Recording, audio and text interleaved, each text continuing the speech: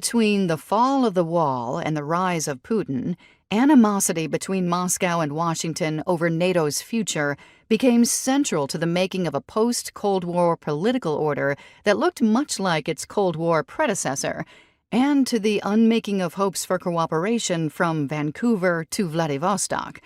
To show how and why, this book examines the conflict between Russia and America against the backdrop of the sprawling, unpredictable landscape of the 1990s.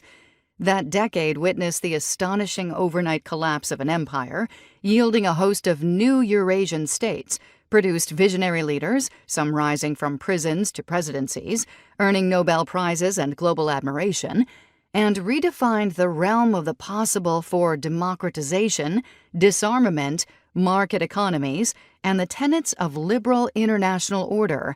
But it also opened the door to new expressions of authoritarianism, de-democratization, and ethnic cleansing. Telling the unruly history of the 90s as a narrative is hard but necessary.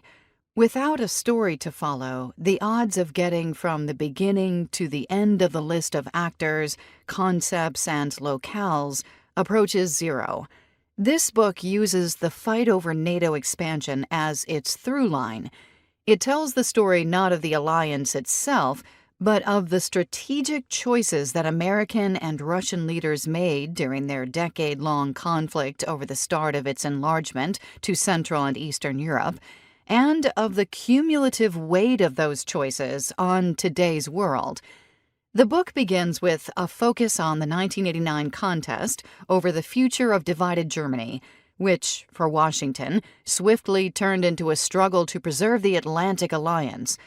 Then, widening its field of view, the book examines how American success produced opportunities for the courageous leaders of new European democracies, but also challenges for the West's relationship with former Soviet republics, most notably for Western efforts to cure, as one American Defense Secretary memorably put it, their nuclear hangover. Widening still more, the book shows how the way expansion was implemented brought a loss of options for 21st century transatlantic relations.